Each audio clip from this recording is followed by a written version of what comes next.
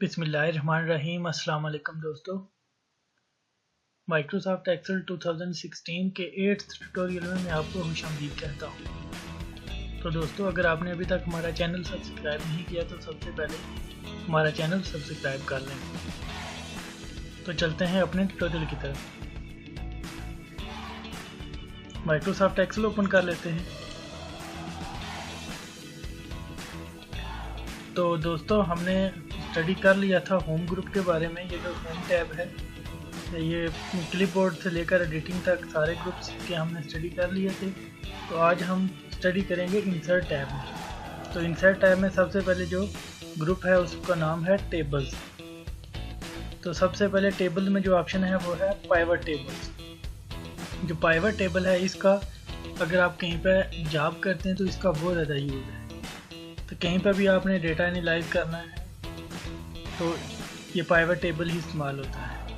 तो pivot table के लिए हमने कोई डेटा सेलेक्ट किया था।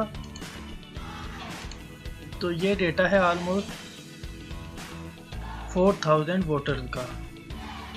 तो इसको हमने एनालाइज करना है कि इसमें कौन सी पार्टी, ये एक पार्टी है, इसमें रिपब्लिक डेमोक्रेटिक, जो कुछ भी इसमें बेशुमार किस्म की पार्टीज हैं।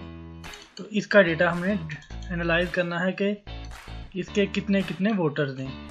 तो इस तरह अगर हम कैलकुलेट करने लगें कि डेमोक्रेटिक पार्टी यहाँ पे भी है, आगे यहाँ पे भी है, इसी तरह बेशुमार, मतलब 4000 हमारे पास ये वोटर्स हैं। तो उनको हमने कैसे काउंट करना है, तो मैं आपको दिखा देता हूँ कि हमारे पास ऑलमोस्ट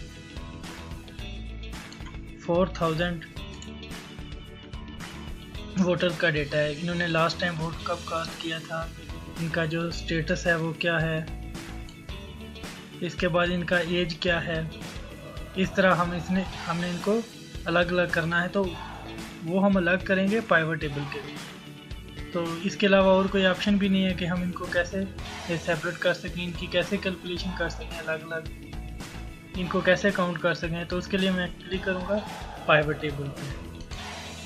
तो पाइवट टेबल अप्लाई करने के लिए आप ज़रूरी चीज़ ये है कि कहीं पे भी अगर जो आपने डेटा एंटर किया हुआ है उसमें कोई गैप ना हो। तो हम पाइवट टेबल पे क्लिक करते हैं तो ये ऑप्शन एक ओपन हो जाएगा, विंडो एक ओपन होगी क्रिएट पाइवट टेबल की। तो हमने डेटा सेलेक्ट किया हुआ है, ये हमारा सारा डेटा सिलेक्टेड है। तो हमने यहाँ पे दो ऑप्शन है कि न्यू वर्कशीट या एग्जिस्टिंग वर्कशीट। तो मैं, अगर आप इसी वर्कशीट पे ये इसकी आउटपुट लेना चाह रहे हैं तो आप एग्जिस्टिंग वर्कशीट पर क्लिक करेंगे। अगर न्यू वर्कशीट पे तो न्यू वर्कशीट पे क्लिक करके ओके कर देंगे। तो मेरे पास ये पाइवट टेबल के लिए ये जो हमारे थे कॉलम्स और रोज में जो हमारा डेटा था वो हमारे पास आ गया। तो इनमें पार्टीज़ का नाम जितनी बार मर्जी रिपीट हो रहा हो तो वहाँ यहाँ पे एक ही बार आएगा। तो मुझे चाहिए कि मैं कैसे किस पार्टी के वोटर्स को अलग करूँ। तो मैं पार्टीज़ को यहाँ से ड्रैग करके रोज में डाल देता हूँ। तो ये मेरे सामने पार्टीज़ का नाम आ गया। इसके बाद मुझे चाहिए यहाँ पे वोटर्स। तो वोटर्स जो है ये काउंट करना है हमने, तो इसको मैं डेफिनेटली वैल्यूज़ में डाल दूंगा। तो ये आप देख सकते हैं कि मेरे सामने अमेरिकन इंडिपेंडेंट पार्टी के जो नंबर ऑफ़ वोटर्स हैं, टोटल नंबर है, वो यहाँ पे काउंट हो गया। आगे मैंने कोई फार्मूला नहीं लगाया।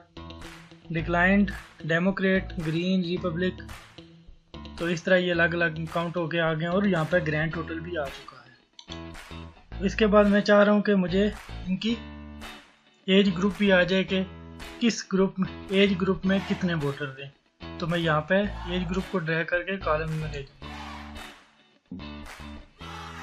तो ये आप देख सकते हैं कि 18 to 20 जो ईयर्स ओल्ड के जो वोटर्स हैं उनकी तादाद इतनी है। इस पार्टी में कोई भी नहीं है, अमेरिकन इंडिपेंडेंट में, और ग्रीन में भी कोई नहीं है, रिपब्लिकन भी कोई भी, इनमें भी कोई वोटर नहीं है, और टोटल वोटर इसी तरह ये 21 to 30 ईयर्स ओल्ड वाले ये सब अलग अलग यहाँ पे भी ग्रैंड टोटल हो रहा है और यहाँ पे भी इसका ग्रैंड टोटल हो रहा है।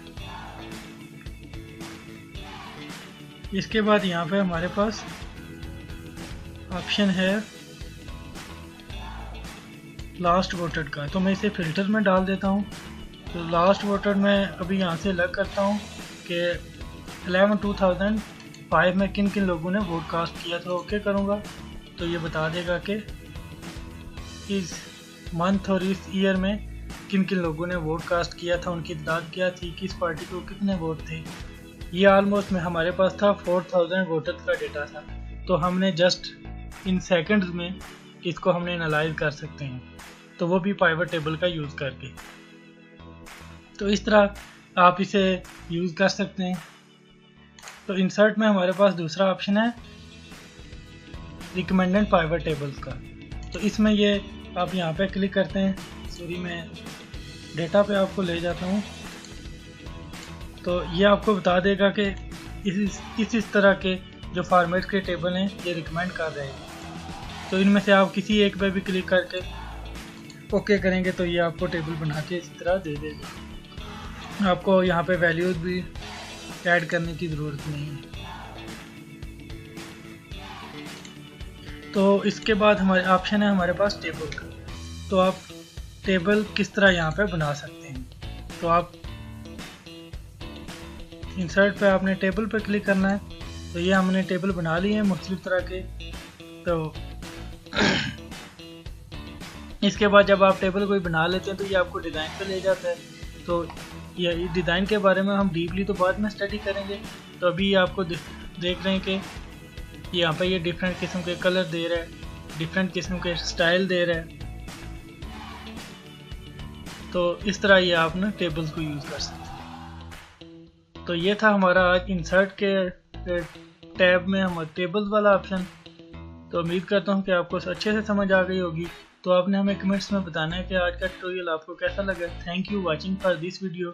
अल्लाह हाफिज़। पाकिस्तान जिंदाबाद।